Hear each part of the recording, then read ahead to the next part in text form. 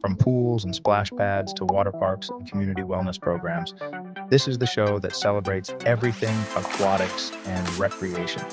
Welcome to the Aquatics Life, the aquatic spotlight of the daily parks and rec show. Join us as we dive into the world of swimming, aquatic fitness, recreation, water safety, and the people creating unforgettable experiences in and around the water. Hosted by Wesley King, every Friday at 1:30 p.m. Eastern Standard Time. Whether you're an aquatics professional, recreation leader, swimmer, or simply someone who loves the water, this show is for you. This is the Aquatics Life, where recreation meets the water. In this episode of the Aquatics Life, Wesley King and Craig LeBlanc dive into the critical steps aquatics professionals should be taking right now to prepare for a successful season. From hiring and onboarding lifeguards to creating effective training experiences, building stronger teams, and improving retention, this conversation is packed with practical insights for aquatic leaders. All right, we are live again. This is Craig LeBlanc with the Daily Parks and Rec Show. This is the Aquatics Life Show every Friday, 1:30 p.m. Eastern, with the master of aquatics himself, who's dedicated probably 3 or 4 lifetimes worth of aquatics into one life. Wesley, how are you doing today?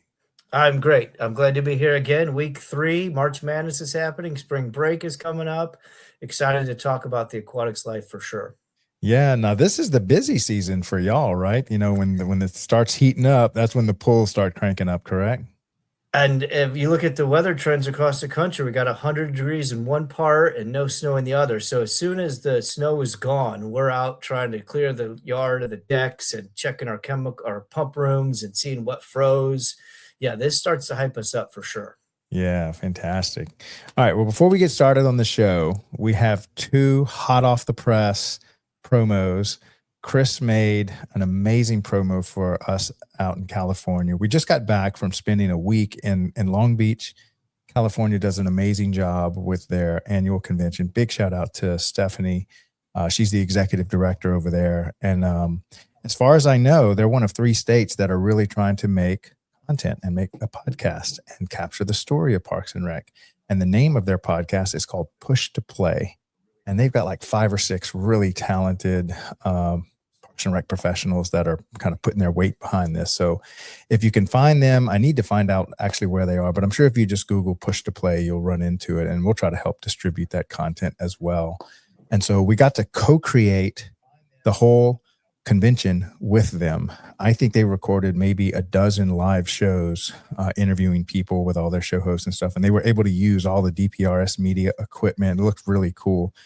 And this time we captured a ton of great B-rolls. And so a B-roll is like a video. And then we were like, what if the camera moves? So we're becoming really talented videographers.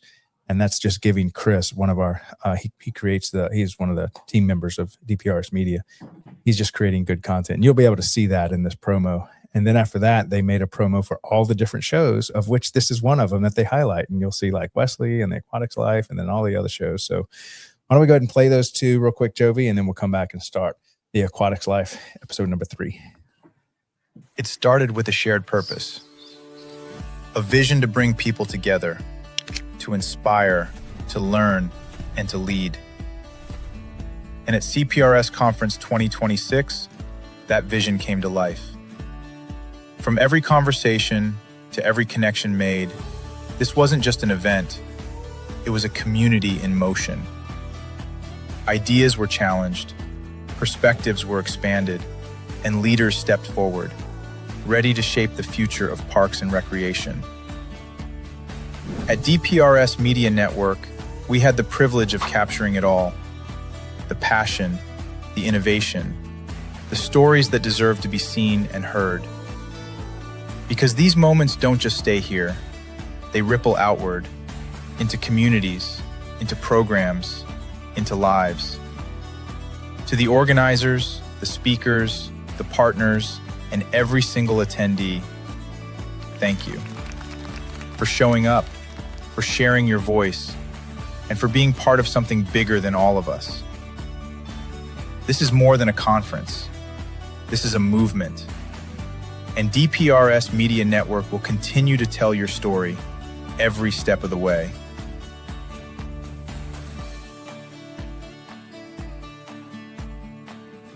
We'll see you at the next one. Welcome to DPRS Media Network, the voice of parks and recreation professionals, where leadership grows, facilities thrive, and communities connect. Leadership Series, insights from the leaders shaping our industry. Facility maintenance, the backbone of safe and sustainable spaces. Young Professionals Network, empowering the next generation of parks and rec leaders. The Rec Room, real conversations, real stories, real impact. Youth Sports Mastery, elevating the game for athletes and communities. Smart Parks Forward, innovation driving the future of recreation.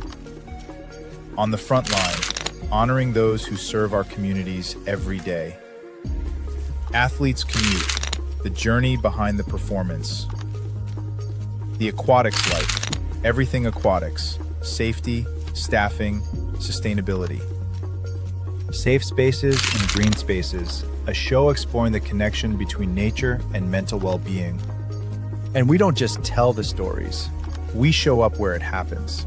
From local gatherings to national parks and recreation conferences, DPRS Media Network is on the ground, capturing conversations, highlighting innovation, and amplifying the voices shaping our industry's future. DPRS Media Network, connecting parks, empowering people, inspiring communities. Man, they're really dialing those promos in, huh?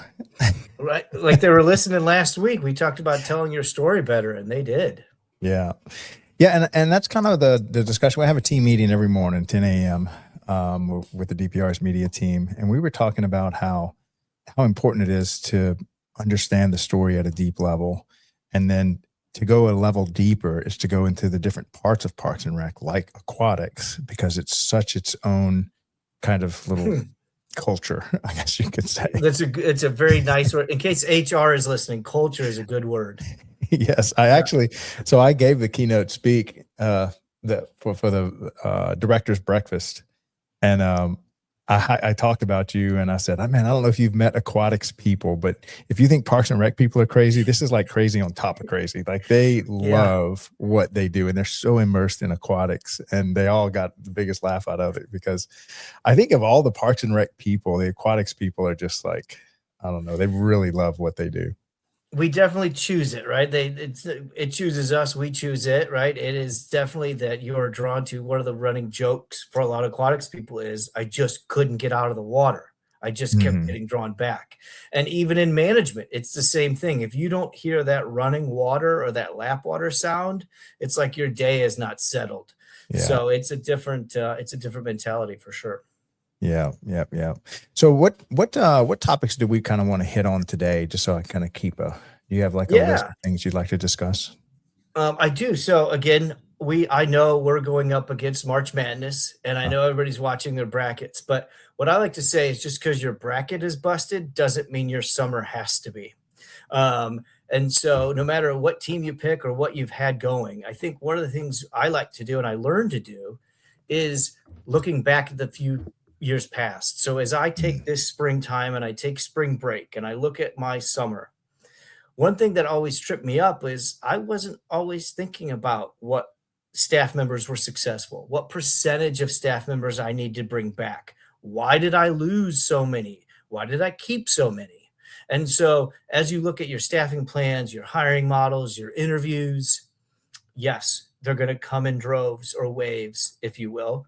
And people are going to want, but what do I have in stock? What worked well last year? What type of employee, right? If I can't bring back the same human because they graduated or moved, what was successful about them? And then how do I take that and insert it into my interview questions, insert it into my hiring practices, insert it into my onboarding?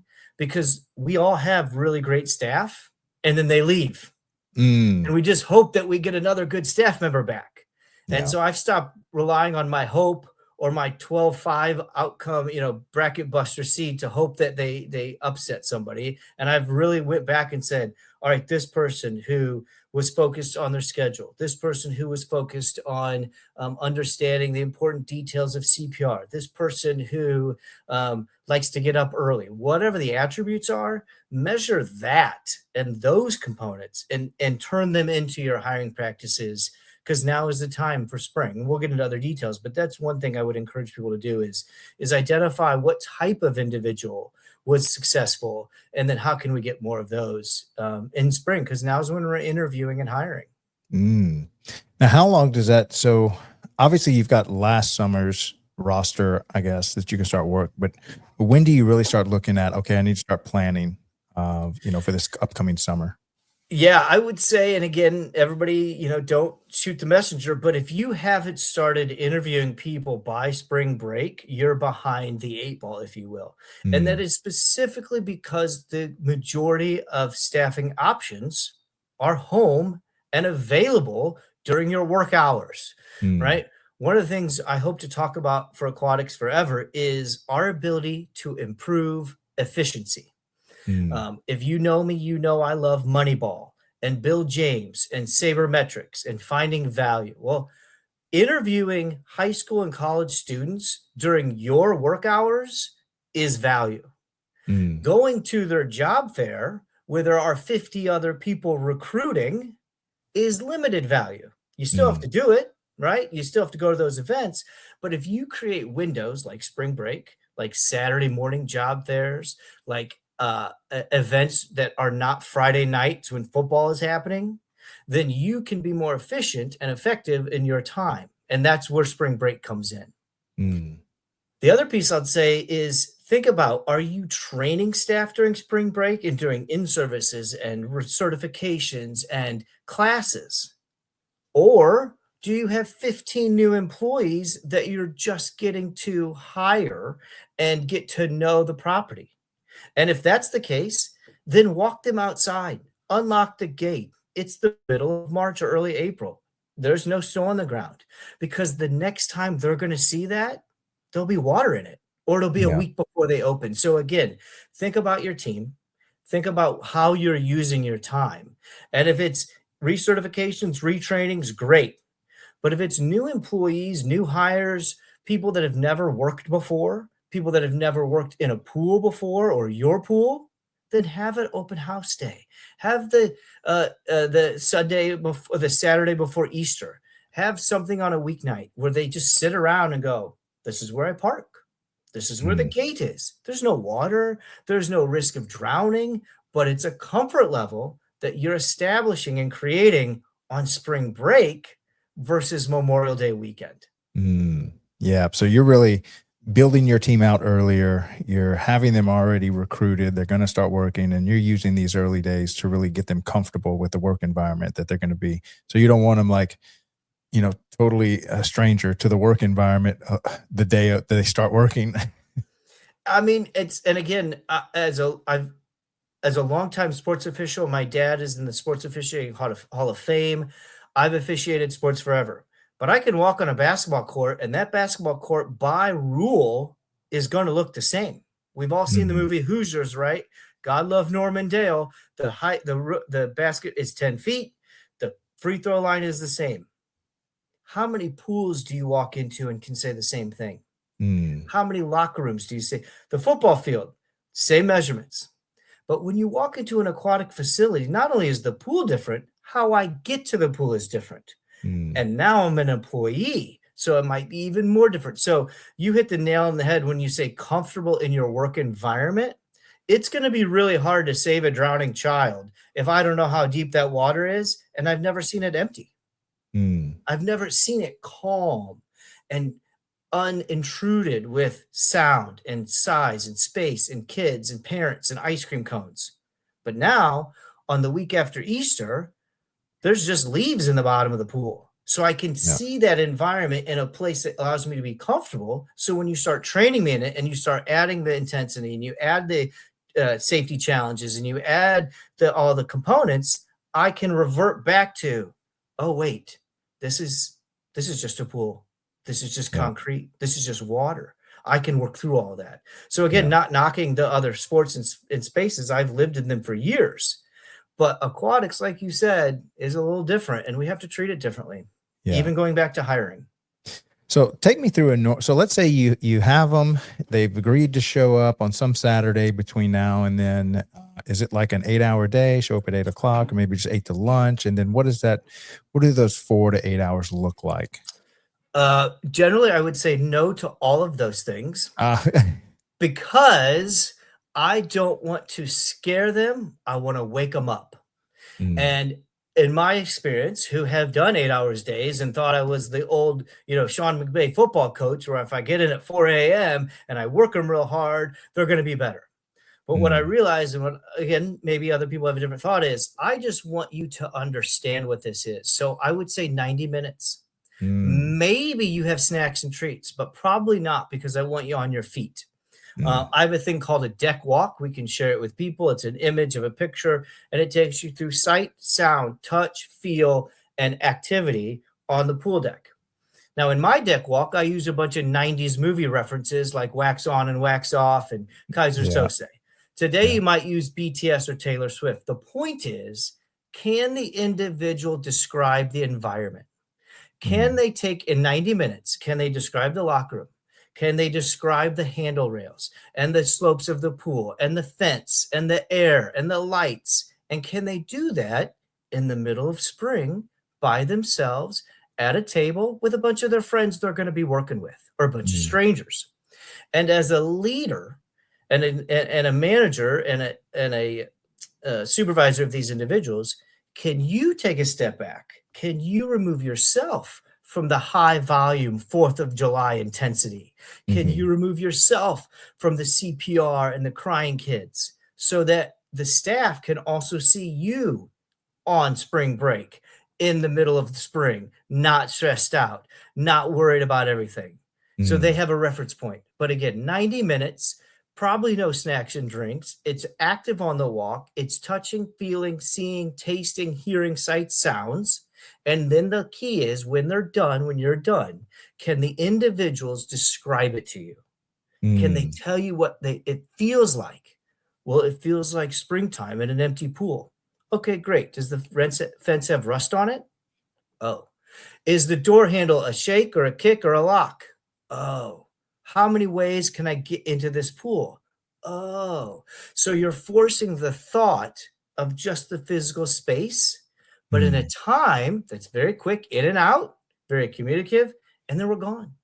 But I love everybody that. that, and as the leader, it's imperative that you're able to mentally put yourself in quote unquote spring break mode too, Right. right? Because they have to see you calm. They have to see you cool and collected and go, hey man, it's spring break. We're just walking the deck.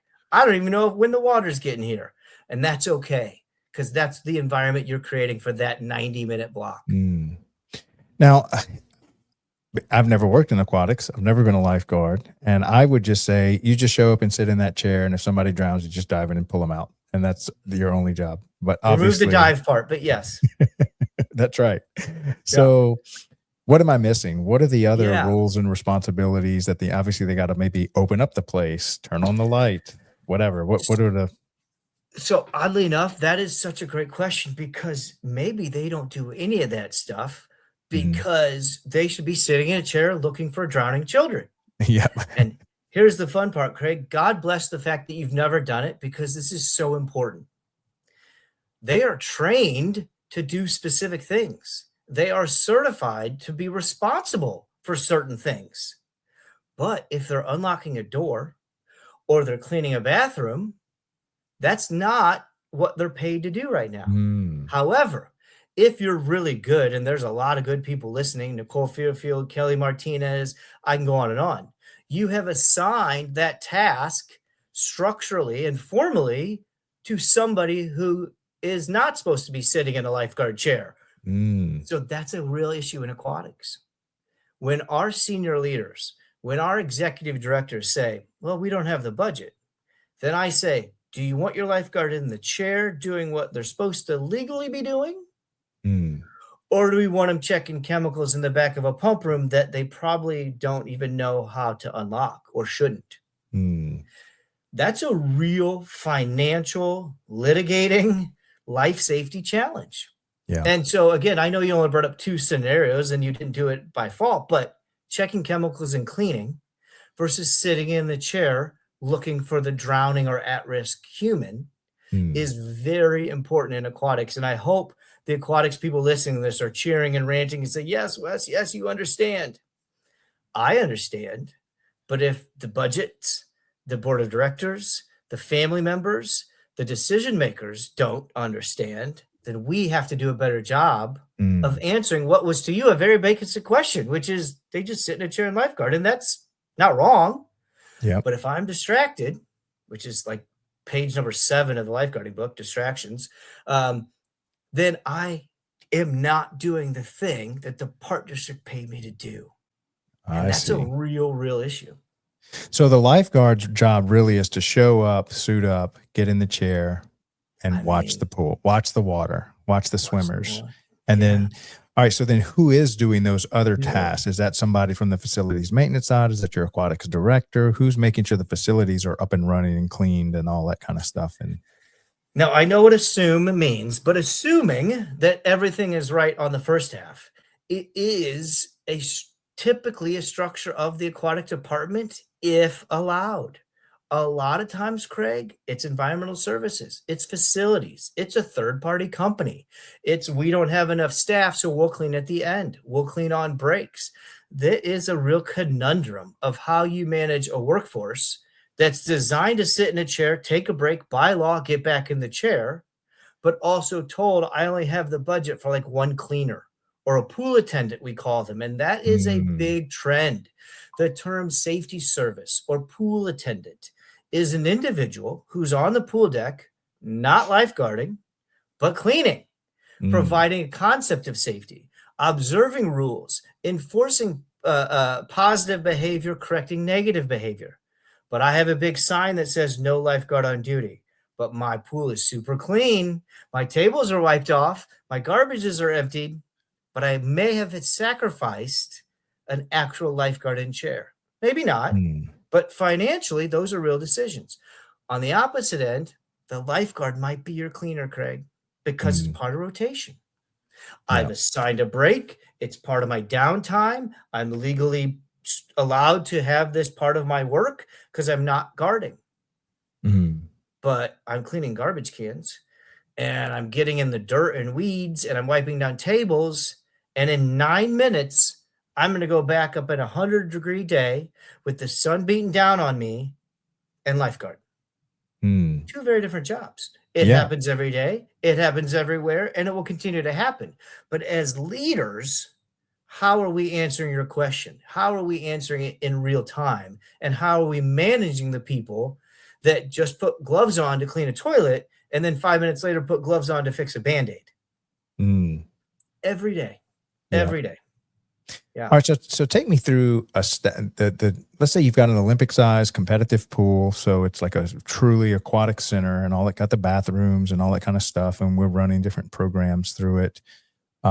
Take me through, what does your staff look like? Are you, and I'm just going to throw some numbers out there, they're probably all wrong, Yeah. but let's say you've got 10 lifeguards that are going to, and I'm not sure if you have to have 1 or 2 lifeguards on duty at all times so that one can take a break. And then you've got like the director who's like overseeing all of the working parts. And then you've got somebody that are working on cleanliness and dialing in the chemicals. And so what is the general, let's say you've got, these are the employees, part-time or full-time, that work for this aquatic center. Can you kind of run me through the whole pyramid?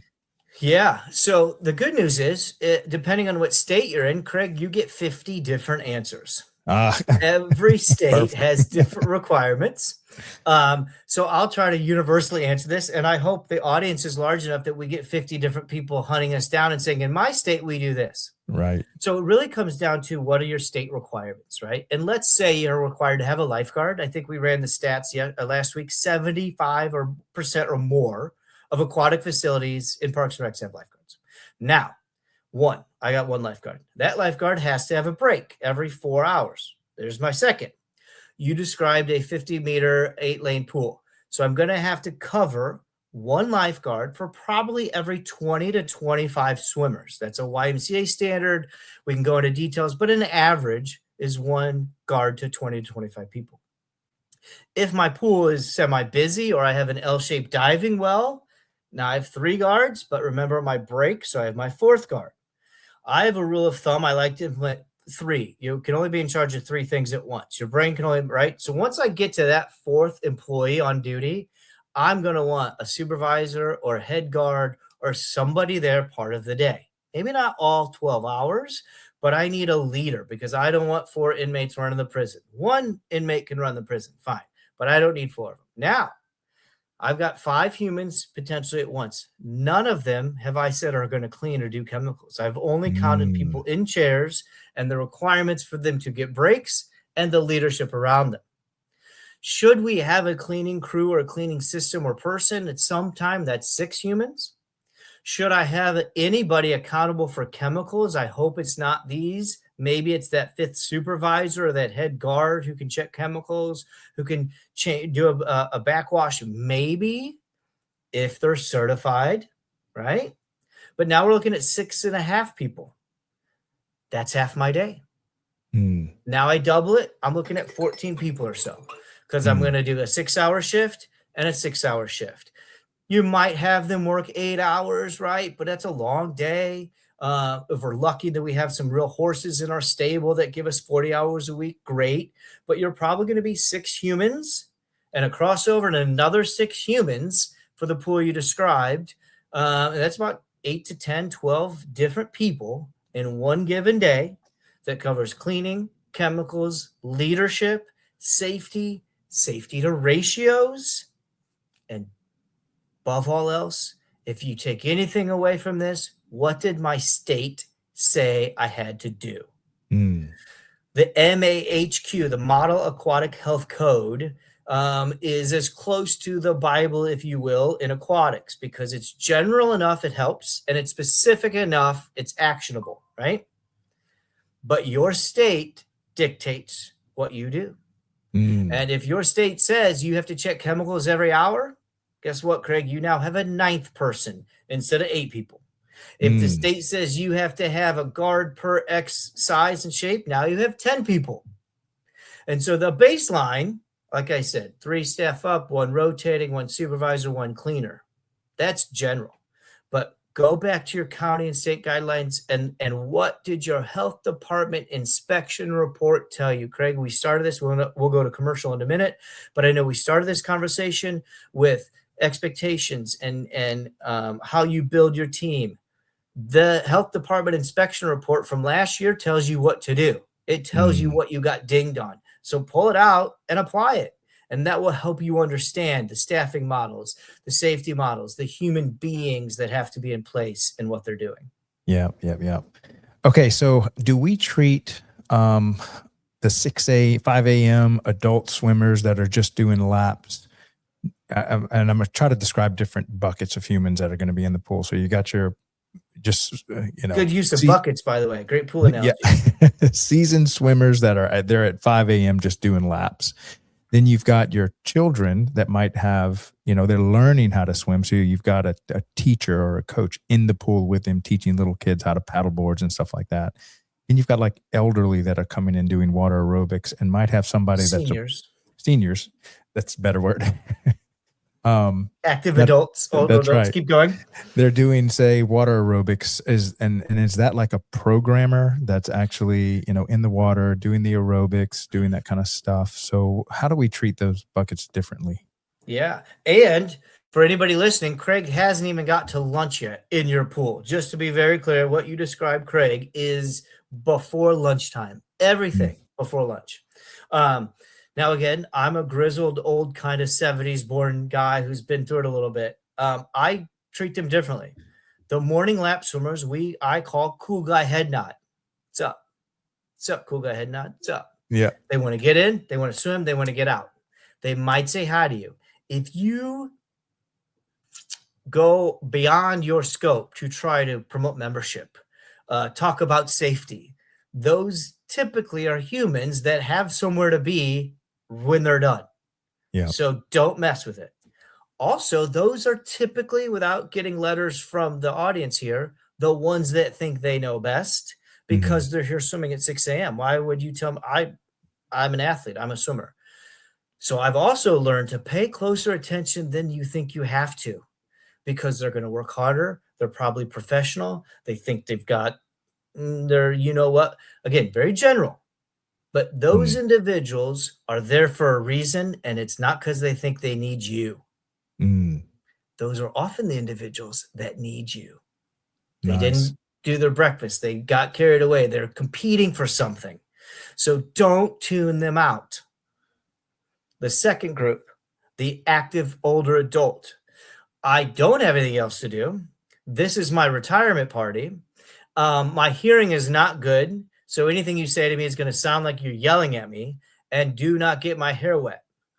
Ah, Also, don't mess with me and my friends because this is our time and our spot, and we don't care how warm or cold the water is. It's not right. Now, God bless every one of those people. My grandmother is one of those people. They keep the lights on.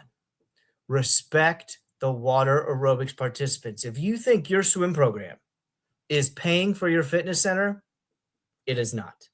The membership dues that the water aerobics participants pay could equate up to 75% of the revenue in your wow. property. That's amazing. I never thought, I would have thought the swim lessons to the kids would be your number one Not revenue generator. There is not a personal training. There is not and so if your membership revenue should 75% of your revenue should come from membership. Mhm. Who pays membership? The people that do the free stuff. Mm. Group exercise. And water aerobics is often considered group exercise. One of the biggest challenges in aquatics is who's in charge of water aerobics? Who's in charge of vertical programming? Well, it should be Group X because Group X knows how to do group fitness. Mm. They do, but do they know how to do it in the water? And the lifeguards might not always know how good and strong and educated a great personal trainer is or a fitness instructor is. And so there's a massive disconnect with understanding what is happening and who is doing it. Now, I take my group exercise, I take their participants, I respect them, I treat them like gold. Then I bring the babies in. Then I bring the 3-year-olds in. But I do it when the old people are gone. I do it when the cries of the children will not disrupt the coffee of the retired seniors. And if you think I haven't said that out loud in many public meetings, I have. If the Yeah. cries of the children are disrupting the paying membership base, we have to move the cries of the children, not the paying membership base. Yep. I love that.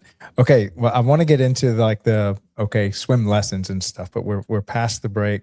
I love the way this content's going. Okay. So we're going to thank our sponsors.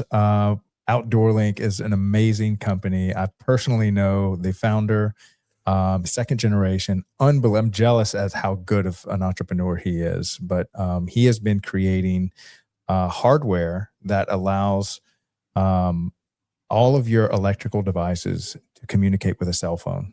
So imagine you could have a smart city, just like we have these smart homes, where you can turn on and off pool pumps. You can measure amp draws if something's getting ready to go out.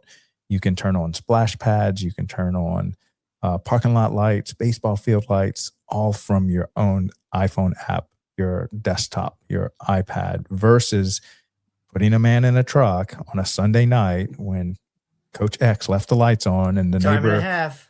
grandma's calling him at 2 a.m. Hey, he left the lights on and I can't go to sleep, and you're having to field those phone calls. Well, Outdoor Link basically stops all that background noise to where you can have the machines talk to themselves. You can schedule, and you're not having to make copies of these keys to these padlocks that whatever. And then next thing you know, you got 2,000 keys somewhere in the community, and pretty much everybody's got a key to your facilities. So this kind of upgrades that entire system. And they've been early sponsors of the show, really solid. And, everybody's in America. All their stuff's made in America. I've personally met their hardware engineers, their software engineers. It is a very well put together company. And I've used them myself on some of our old lighting projects back when I was a vendor in former life. So we're going to play a promo for them. Big shout out to them. Dave Ramirez is kind of one of their head guys. Shout out to Tasha, and DJ is the owner of the company. You'll see them at every Parks and Rec convention, I think, in America. They go to almost every one of them. I see them there. So really solid company. And they were our first major sponsor for the Daily Parks and Rec show.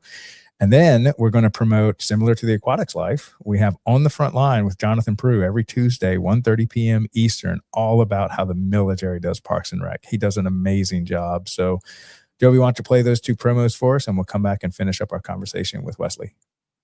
In today's parks and recreation industry, communication, safety, and efficiency go hand in hand. That's where Outdoor Link comes in, delivering smart technology that empowers city departments and community planners to do more, smarter. Outdoor Link's platform connects and automates everything that keeps your parks running smoothly, from lighting and locks to signage, water features, Wi-Fi, and digital advertising. Control and schedule park lights for safety and energy savings. Remotely manage facility access. Update digital displays in real time. Coordinate fountains and splash pads. Provide public connectivity. And even run community or sponsorship campaigns on digital screens. All from one simple, unified platform, giving you real-time control, data, and cost efficiency.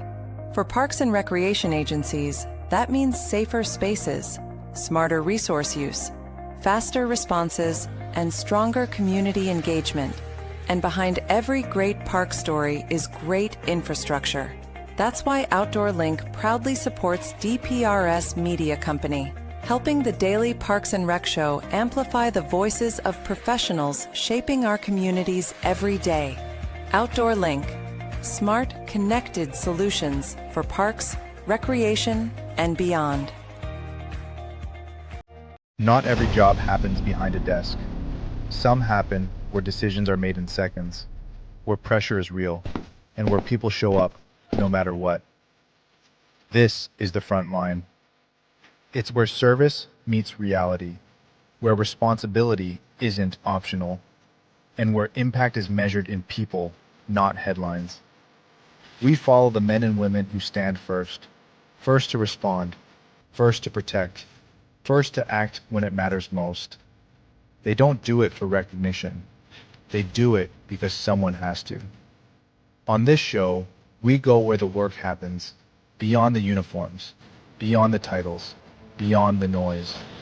We hear the stories, the challenges, the moments that test them, and the purpose that keeps them going. Welcome to On the Front Line, the Military Rec Show.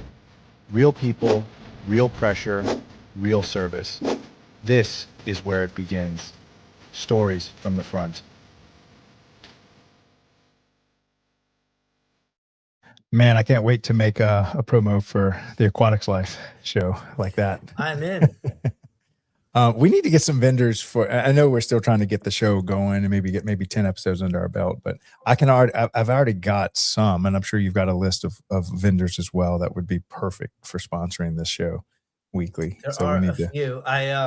We're planning an event in Seattle here in a few weeks that I'll be speaking at a YMCA, and I felt like a cast member of Avengers Doomsday, where I couldn't say some things I wanted to say because Marvel was going to hunt me down. So I feel the same way about some of the vendors that I think are excited to be able to share their story and also make a greater impact. Yeah. And with that being said, I was thinking about, I actually did some big lighting projects for a couple of aquatic centers in Alabama, and they have unbelievable aquatics directors. I'm sure you know a lot of aquatics directors, but I can't wait to get some of them on this, because as you were telling me all this, I was like, I would love to have a panel of a few other aquatics directors and get their version of what you're saying. And that's the key, is their version, because again, and I know I've said this before and I'll probably say it every time, is we are the black sheep, redheaded stepchild, and I purposely insert black sheep for another layer, but we also have created our own worlds. And so their version is what excites me, because we can all have swim lessons, which we'll talk about, and we can all have staff, but what you do for your own community and your own town and the people that live in it is so it's so meaningful, and it's so personable. And so I'm with you. I'm excited to hear some of those nuances that they've all come up with. Oh yeah. All right. So now this last bucket, I think this bucket is like buckets in buckets. So you've got like babies that literally like 3-year-olds that are learning how to swim. Then you've got maybe, a little bit older, maybe they're learning how to be in a little competition or something, and they've got Mhm. coaches, they've got swim instructors. And so this is not the seniors, not the Right. 6 a.m. crew. Let's talk about that bucket. What does that look like? Yeah. So, and in fact, since the world has kind of adapted in the last 5 or 10, 15 years, there's even adaptive swim programs for special needs, but there's also Mm, a thing called ISR. The generic term is floating babies. But we can teach us, there is philosophy out there and teaching curriculums that start as early as 6 months, all the way to advanced competitive programming. And that's why swim lessons is a bucket inside of a bucket, because it is not what we thought of before. It's not mhm, just 4 kids in the water, breathing, kicking, and flipping and back. Swim lessons, like everything else in the world, has mhm, become very laser focused, very mhm, incremental, very developmental. A lot of people have their own philosophies on it, from technique to design.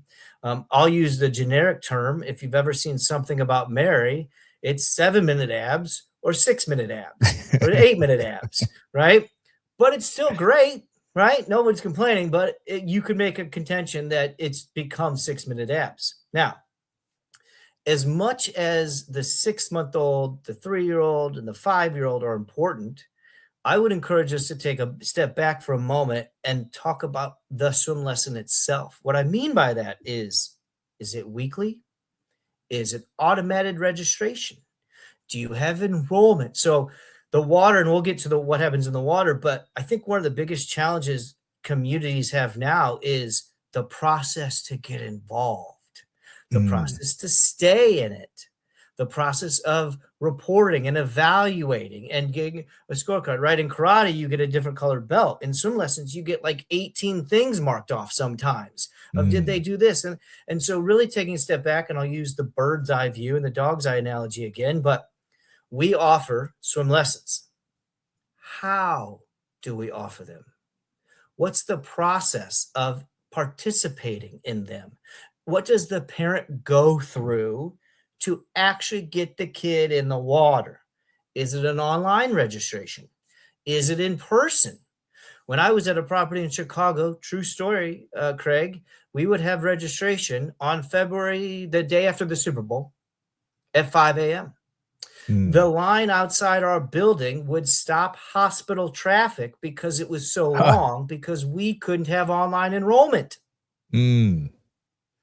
Now, very quickly, we figured out a few years later that we're going to have some budget approval to get online enrollment so that our members don't have to stand outside at 5 a.m.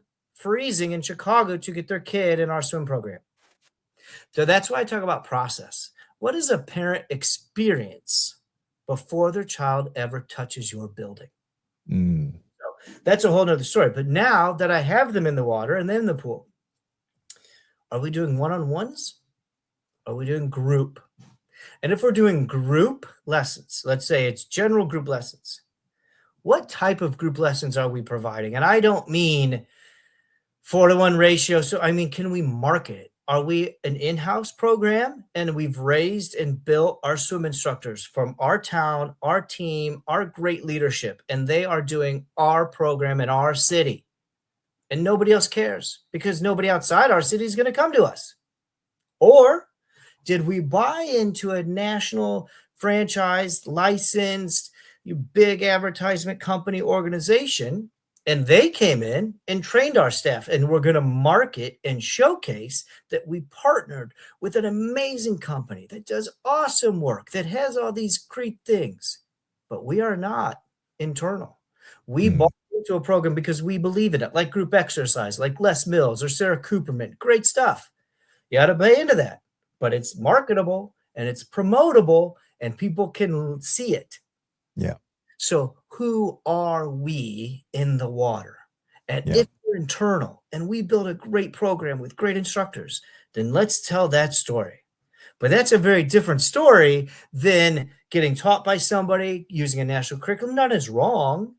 But if we're not representing who we are in the water, then whatever swim lesson we're doing can't be told, can't be sold, can't be marketed, Mm, be bought into.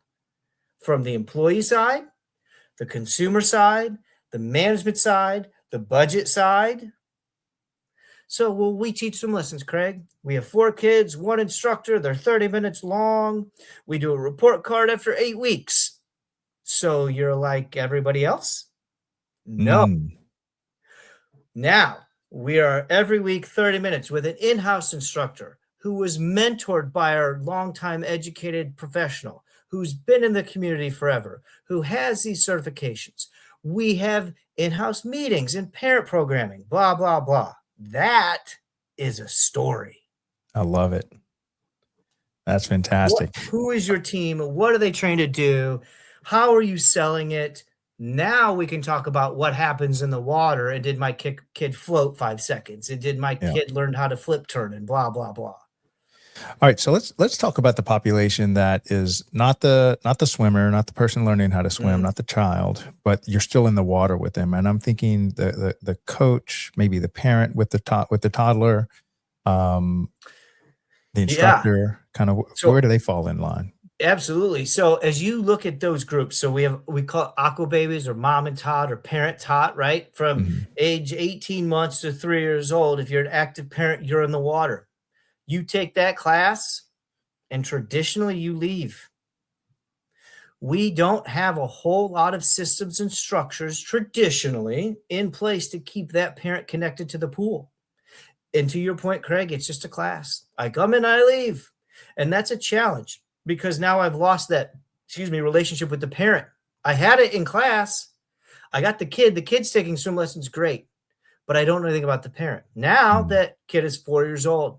That parent is playing Candy Crush on their phone. True story. I used to have a dry erase board on our pool deck where the parents could write down their Candy Crush scores during swim lessons. Nice. Because we walked around and saw them all playing Candy Crush.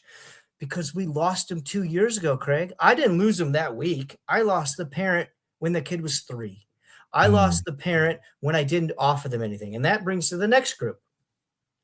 I'm in competitive swim. The parent doesn't even have to be there. That's a drop-off program, right? Bingo. But I've never implemented play into it. So we'll get into more conversations. I grew up playing pool baseball. I've got partners that do a bunch of different games and activities, but it all surrounds around the idea of the parent wanting to get in the pool and participate, and the child having something to show the parent and do something with the parent. And 4-to-1 swim lessons ain't it. We need 4-to-1 swim lessons, but it's not answering your question. The question is at each level, there's a disconnect and almost, I would say insurmountable, but almost visible blockages from connecting parents to pool, kids to parents, grandparents to parents, because we're running our program. We need our instructor to teach. We need our instructor. And now I'm on to the next thing. We hope that parent is a member. We probably give them a priority if they're a resident, but none of our intake forms for swim lessons ask, does your parent know how to swim? None of our intake forms nationally, generically, talk about, did your grandparent ever learn how to swim? Why? Because the kid paid for lessons and they're in the program. What else do we need? Well, we need to make an impact. We need to change the culture. We need to reduce the rate of drowning deaths. And that's how you do it. You find ways to integrate multiple levels of family and participation in everything you're talking about, from the parent tot to the 4-to-1 swim lesson, to the competitive swim, to water aerobic. I used to do a bring your grandchild to water aerobics day, but you had to sign up, which means half the people that normally take water aerobics today aren't getting in because the grandchild's taking the place. Did it go poorly the first few times when people didn't remember? Yes, it did. But equally, we then set up a pattern that they knew. I think it was like the last Tuesday of the month or something. It was grandparent swim day. And so the people that didn't want the kids around just didn't show up that day. But they knew we were going to put a student or a youth child in the water for water fitness with your grandparent. And you know the best part, Craig? We saw 80, 90-year-old women and men showing their 4-year-old grandchildren, 5-year-old grandchildren exercises and activities that the kids didn't know. No kid ever saw their grandparent that active and that physical because they're in the water, they could do it. But at home, that grandparent can't go play with you, can't get on the ground with you, they can't crawl around with you. But when a 7-year-old sees their grandparent in the water swimming and throwing a ball, the look on their face. I've done this with my grandmother. Literally, true story. My children played chair volleyball in my grandmother's retirement home. And my daughter and son sat on this side and bounced a beach ball over. And my grandmother hit it back. My kids think my grandmother's an athlete. And she was. She played tennis competitively a long time ago. But that same experience can happen in the water. And guess what, Craig? Here's the fun part. You already got the kids in swim lessons. You already got the seniors in water aerobics. You already have the classes set up. You already have the willingness to get in the water. So you've broken all those barriers. Now we just have to give them a time and place to make it happen. So that's another piece of aquatics, is continuing to push through these connection points and almost forcing our hand and saying, look, you're 85 years old. You take water aerobics here 4 days a week. Your grandchild swims here once a week. And we've never put the two of you in the water together for something fun and happy. Like, that's a look in the mirror. I had to do that look in the mirror, but that's something we can all take. And then we go to our executive who says, well, we don't have time and space and money for this. And you say, I got 30 members and I got 15 paying kids and I got retention and I got value-based activity. And that executive goes, oh, all right, aquatics wins again. Fine, we'll give it to you. But that's how you do it. You bring all those together and you build them up. All right. As you were talking, I thought of I don't know if this is a fourth or a fifth bucket, but I'm going to call it, and you can rename it. I'm going to call it the party bucket. Let's say birthday party. Yes. And now I'm thinking, if I'm a lifeguard, I've got screaming kids, I've got running kids, I've got kids competing who can hold their breath the longest at the bottom of the pool buckets. I've got all the, like, how do you manage that chaos? What does that look like? I hope I will get some letters on this. Craig, that bucket happens the minute the pool opens. We don't need a birthday party for everything you described to happen. There are people that get in a lap lane that ain't going to swim laps. There are people that come into water aerobics that aren't going to do water aerobics. And that is a precursor to the large scale issues. So another challenge is there is not enough coaching on human behavior, stress management, difficult patrons in aquatics. There's not enough training for it. And we bar none. Second is when we have those events, what you're asking about, birthday parties and the chaos, we have to train for that. One of the biggest disconnects, I think, in aquatics is what we have certification for and what happens in real life. I've trained over 3,000 lifeguards. Not once in any of the classes was I allowed to have a mock birthday party with real kids in a lifeguard training class, because some people might not have passed or some people might got promoted real quick. Point being is that's real, but we don't practice that. We don't train that. So here's the answer, in my opinion. Let's practice it. Let's train it. Offer a low-cost pilot demo trial birthday party. The parents won't get the same experience and the kids won't get the perfect experience, but they're not going to pay as much either. It is solely to train your guards. It's solely to practice. It's designed for the parent to go, well, this wasn't, I didn't get a cake. You're right. It's practice.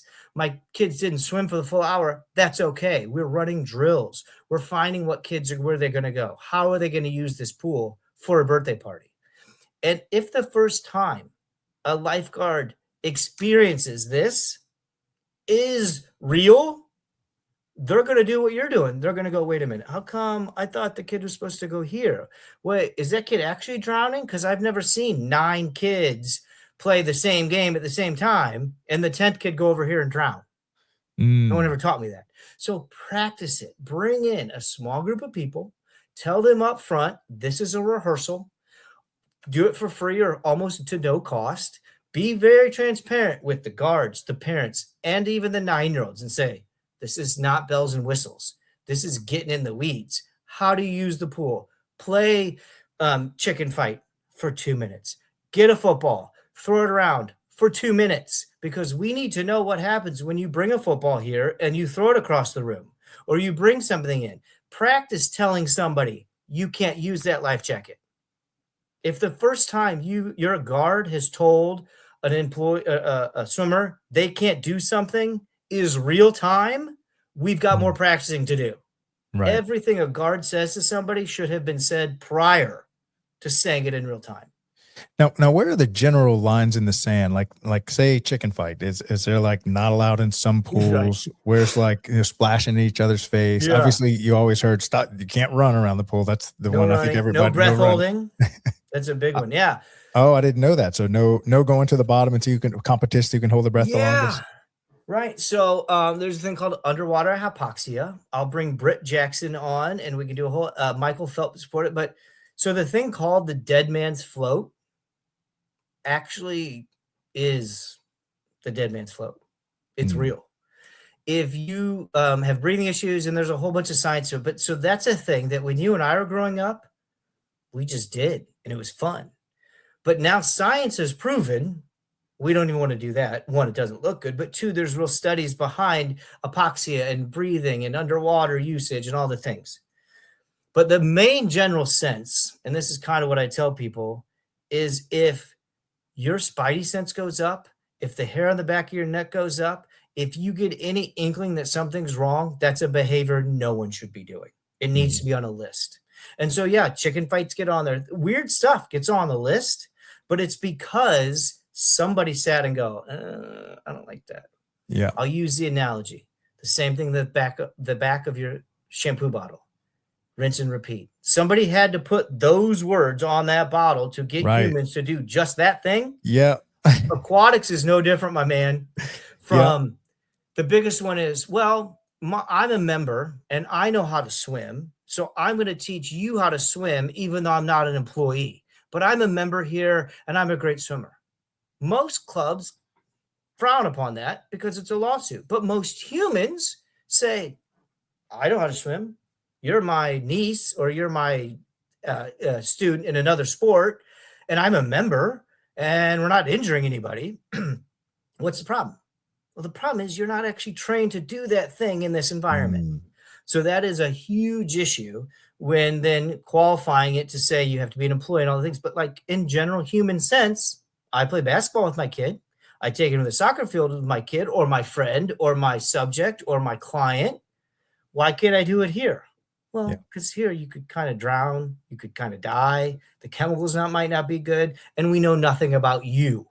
Right. So just as a common, general thing that happens is that's real. Every pool, any person listen has dealt with the consumer wanting to teach, because generally, why would we think otherwise? So that's a really general thing that happens. Yeah, and it reminds me, there's a reason it says "do not drink" on the back of a Clorox bottle. There's a reason, rinse and repeat, right? Somebody drink. There's a reason, all those health code rules. And again, I challenge and I make fun of the fact that every state is different, right? There's only one law, Virginia Graham Baker, in this country protecting pools. But to your point, every state is different. Every state gets their water from a different location. So the chemical requirements might be different. Now, should there be more uniformity? Yes.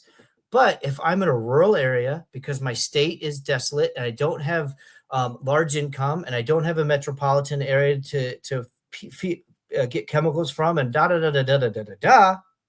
my rules might be different. Yeah. My application of the rules might be different. There are general rules, right? No diving, no handicapped chairs on your pool deck and strollers, because all the things. But if the state doesn't say it and it didn't happen to me, I don't know any different. So I didn't pay attention to rinse and repeat on my shampoo bottle or do not drink the Clorox. Yeah. And so it's a real challenge to educate the public as to what is actually going on and what the risks are. Yeah. All right. And then lastly, so we're going to have to do a different show, but I want to do a show just on the vendor community. So if you're an aquatics director and you have people like yourself that can come in and maybe help you with training and programming, you've got people that you don't have to touch the water as far as chemicals, cleanliness. Like they just do all that turnkey. You just pay your bill kind of stuff. Yeah. But I'd like to, and then you've even got the construction side. And so maybe we can do a show just on here's the vendor the wall of vendors that are at your disposal if you don't want to do every piece of it in-house? It may be 2 shows to just to be clear, because is it in the water and it's part of what I do with the water, or is it part of my business, right? The chemical management, the operations, the technical side, the product side out of water. So I think we might be able to make 2 shows, because there's so much stuff just for lifeguarding and safety and emergency response and all that. Mhm. And then there's, how do I build the pool and make it operational so I can have all the emergency kickboards and Right. touch things and that. So I think we could probably divide it into 2 of, are you something that the building needs to operate, or are you something that we're using to keep you safe?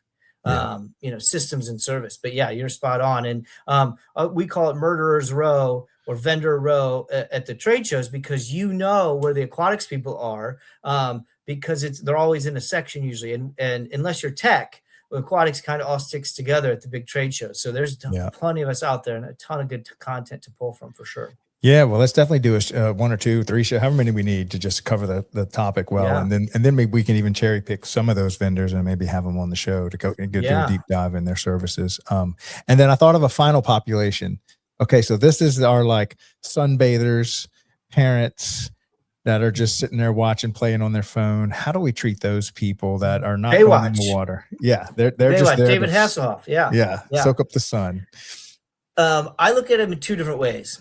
Is if I don't see any visible challenge, so a zip scar, right? Men who've had heart surgery have a zip scar. We look for them. If I'm observing it and you're not going to interfere with my plan, your lounge chairs out of my way, you're not drinking alcohol, you're not causing a disturbance, then Merry Christmas, Happy Hanukkah, have a good time.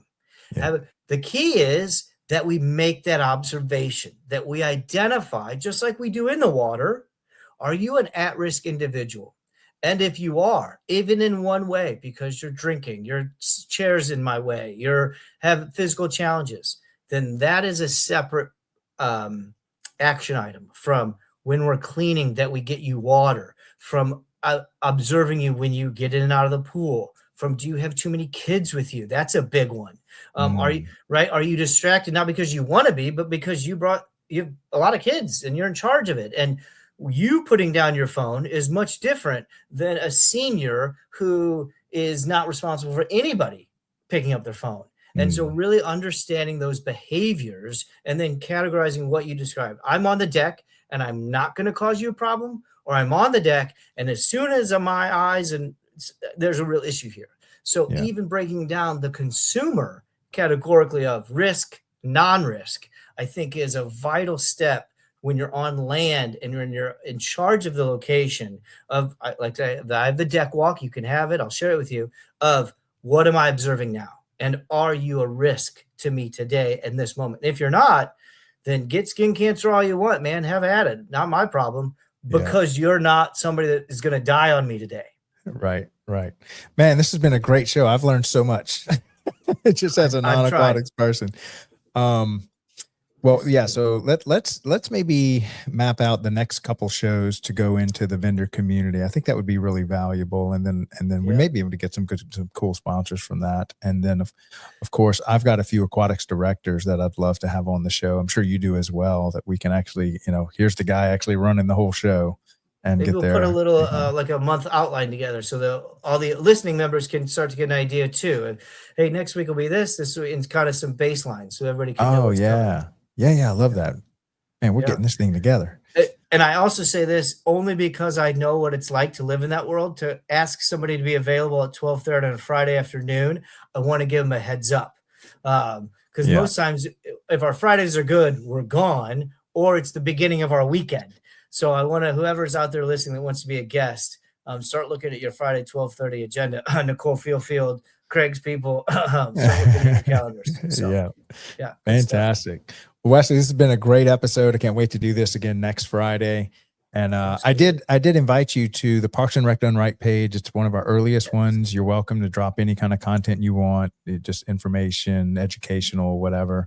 And then Yeah. I've got another Facebook page for the Daily Parks and Rec Show that we're building. I think it only has like 500 members, but it's kind of growing there It's as well. growing. We're good. We've been tagged. A lot of people have gotten on that. And I'll say the same. If you find me out there in those groups and you want to have more conversations about what I do and how I can help, or just want to talk aquatics, that's why it's called the Aquatics Life.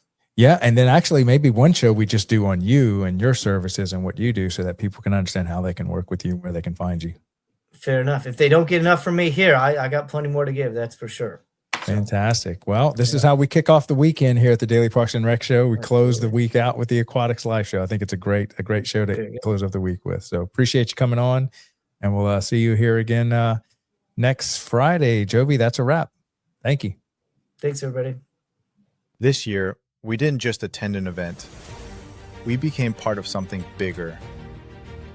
IPRA 2026 brought together leaders, innovators, and community builders, all united by one mission: to strengthen parks, recreation, and the people they serve. For DPRS Media Network, it was an honor to join IPRA 2026 and take part in meaningful, real-time conversations, capturing stories and amplifying voices that matter. To IPRA, thank you for creating a space where collaboration thrives and the future of parks and recreation is shaped together.